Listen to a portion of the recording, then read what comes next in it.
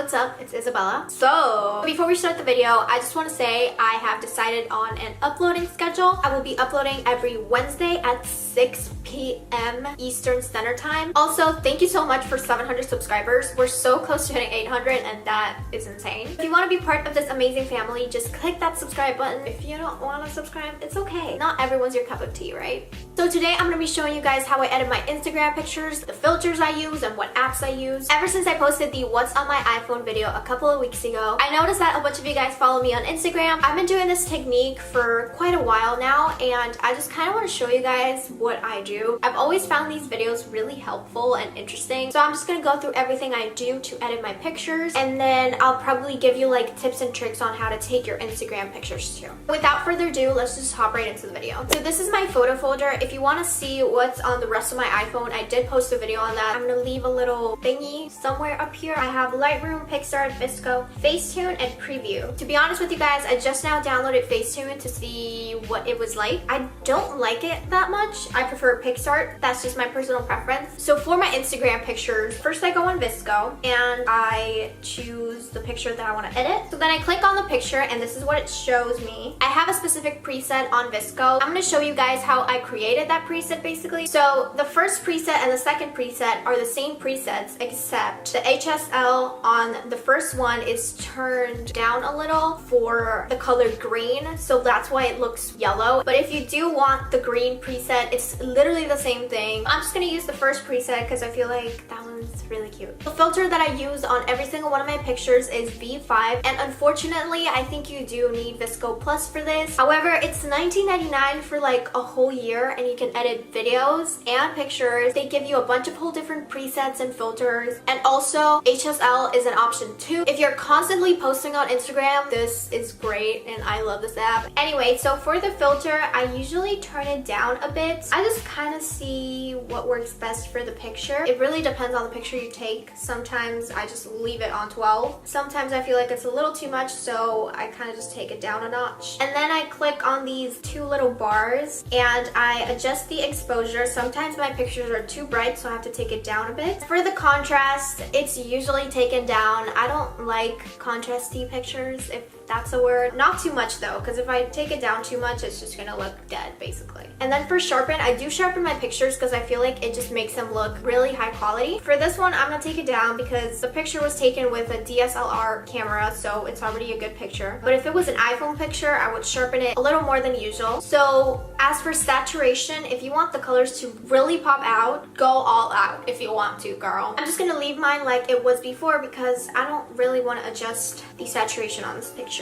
So for highlights and shadows, I don't do anything on VSCO, but I do adjust the highlights and shadows on Lightroom. So if you don't have Lightroom, you can still do it on VSCO. Honestly, I just do that on Lightroom because I have a preset already and I'm just used to doing it on Lightroom. I think you have to pay like $10 every month or something like that. It's really expensive. I don't pay for it myself. My boyfriend pays for the whole Adobe thing, so I just take advantage of that. For white balance, I usually adjust the temperature and then that's pretty much it. I don't do anything with tint because I just feel like that messes up the picture. For skin tone, this one's really important. So mine is usually at -1 because if I go up, I look like really green and gross. I don't know how to pronounce this.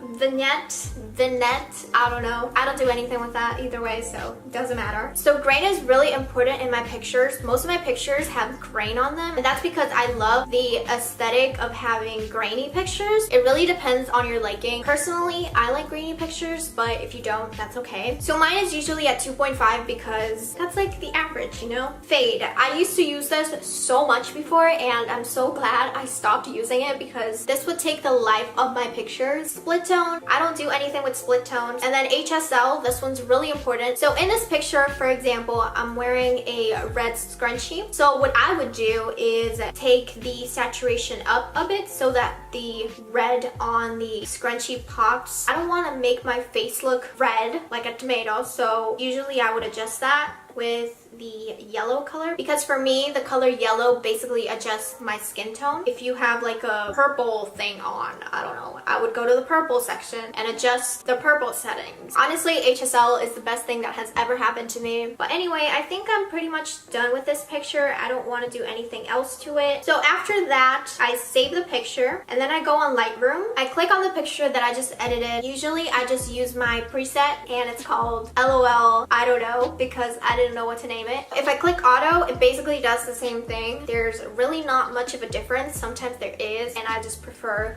going with auto instead. But for this picture, I'm just going to use my preset. So like I said before, with this app, I usually adjust the highlights and the shadows, but that's just because I'm used to it and I have a preset already. As you can see, this is what it does when I click auto. It's pretty simple. It just changes the light and the color. Yeah, that's basically all I do. And then that picture is ready to go on Instagram. Okay, so I have like a few tips and tricks for you guys when taking pictures. My first tip is go on Pinterest. If you go to a place where, I don't know, say there's a bench and you don't know what to do with the bench, just go on Pinterest and search pictures on bench. Or let's say you go to an ice cream shop. Here, let me show you. So for example, ice cream shop photo shoot. There's a bunch of different poses. It just shows you a bunch of pictures of other people at ice cream shops. Honestly, I just kind of imitate what they're doing. You can pretty much search anything and it'll show up. If you have someone that can take pictures for you, take advantage of that. It's honestly really helpful to have someone there with you, because taking pictures by yourself sometimes can be hard. Many things can go wrong when you're taking a picture by yourself, but if you don't have someone to take your pictures for you, that's okay. You can still do it. There's a bunch of videos out there on YouTube that show you how to do that, that tell you different techniques and ways on how to do that. So if you usually take the pictures by yourself, I would go on YouTube and search for those type of videos. However, in my case, my sister takes my pictures for me and I'm blessed, and she hates me for that because she hates taking pictures for me. I keep telling her she's a really good photographer because she knows my angles and she knows what looks good on me. Also, before going out to take pictures, I usually practice my poses in front of the mirror, because that's honestly the best way to know what you're gonna do in your pictures. See what looks good on you, see what poses fit your personality. I don't know. Another tip I learned, I was watching someone's video on how they take their Instagram pictures, and she said that when she was driving by a cute place, she would write it down, write down the address, so that next time when she has a photo shoot, she knows where to go, because sometimes you don't know where to go to take pictures and you just end up taking the pictures